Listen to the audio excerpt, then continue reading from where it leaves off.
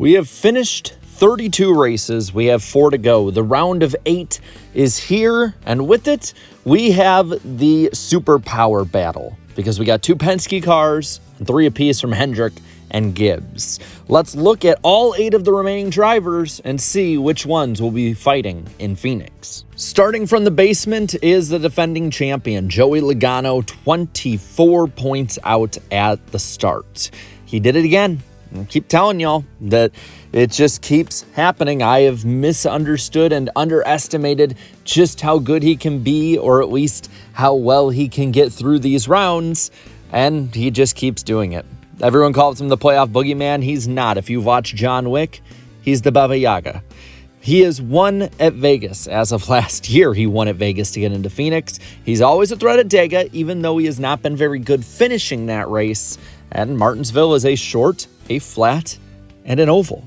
So, you know what? I think as a track, it's pretty damn good for him. In the races that they had at these tracks previously this year, Logano was not very good. 15th at Vegas, though he led 40 laps. He finished 39th at Talladega, and he did get 8th at Martinsville. He's going to have to pull another crazy hat trick out, but if anyone can do it, it is him and Paul Wolfe. Chase Briscoe starts out 7th, minus 14, and he's had a career year. And with 4 races to go, he could cap it off perfectly. The 19 team has gotten faster and better as the years went on. Briscoe has gotten more comfortable with this team, and it's clear that he is probably going to be a championship contender year in and year out, regardless of format. He's won at Phoenix with Stewart-Haas Racing, but he has no room, in my opinion, for error, or it's immediately going to be a must-win.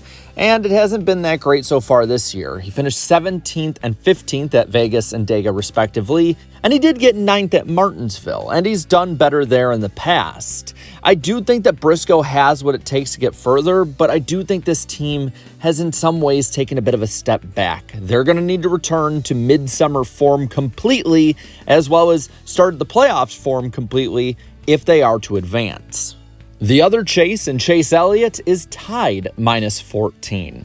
And I think this year he has one thing really to say to the fans, and it's, I didn't hear no bell. Because y'all said the 9 was dead in the water. Y'all said that Allen needed to be fired. Yet they get a win at Kansas and put themselves in some pretty good positioning heading into this round.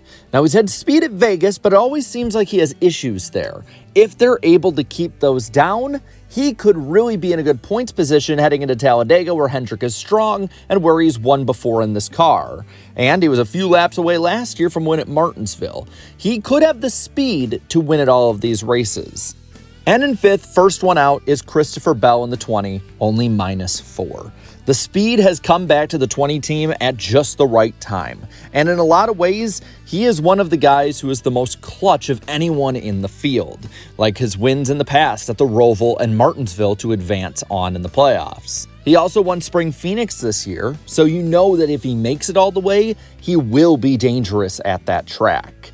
And when you look at his last 5 finishes, this team's getting hot. 7th, a win, 6th, 3rd, and 3rd, all at different racetracks that are different types and all in different ways, showing just how much this team can be flexible week to week.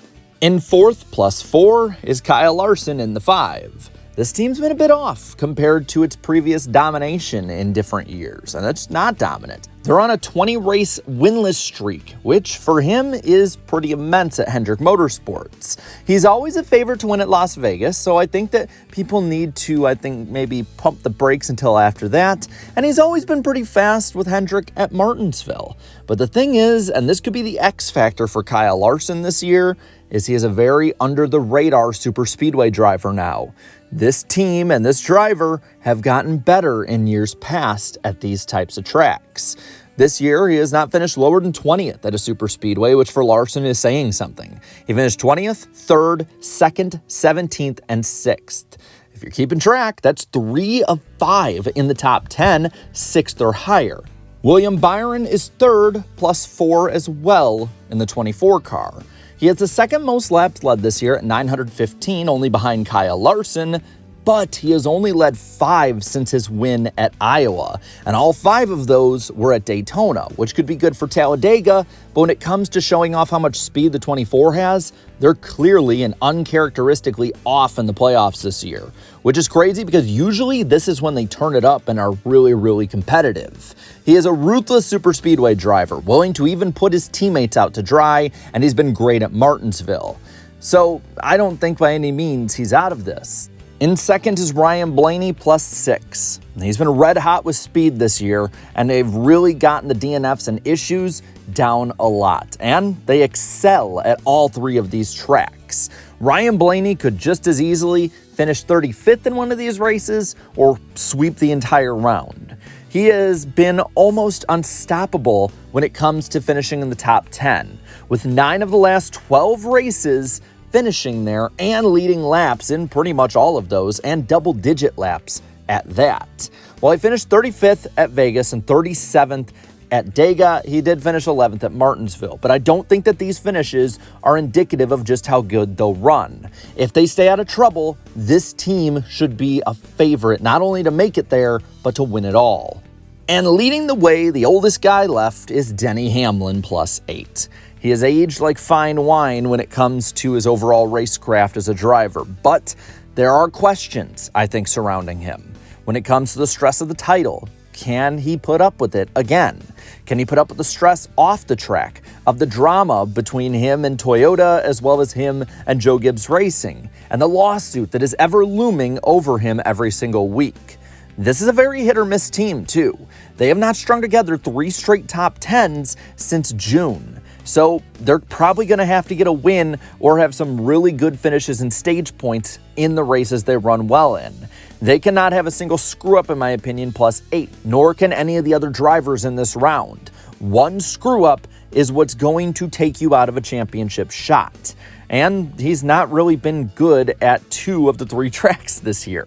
25th at Vegas, 21st at Dega, but he did lead 274 laps en route to a win at Martinsville earlier this year. So finishing it off, the moment you probably are all waiting for, my picks to make the Final 4. Well, it's going to be tough because this is a very evenly matched round with all of these superpower teams. But I do think that Ryan Blaney will make it as the lone Ford and Penske entry. I also think Chase Elliott is going to surprise people and make it as well. So a very popular Final 4. And then 2 Toyotas. I think you got Christopher Bell, who will make it in just because I think that 20 team is getting fast at the right time. And I have a lot of faith in Chase Briscoe making it in the 19. And he is my championship pick, at least this far in. And he has been for much of the year, honestly, since about the second half of it started. So then I want to know what you think. Let me know down below. What are your Final 4 picks? Are they the same as mine, wildly different? And tell me why you picked those and why mine are good, bad, or whatever. All right, leave a like in this video, share this video, and subscribe to this channel for more great and fun NASCAR content. Thank you so much to all my channel members for your continued support. And until next time, have a good one.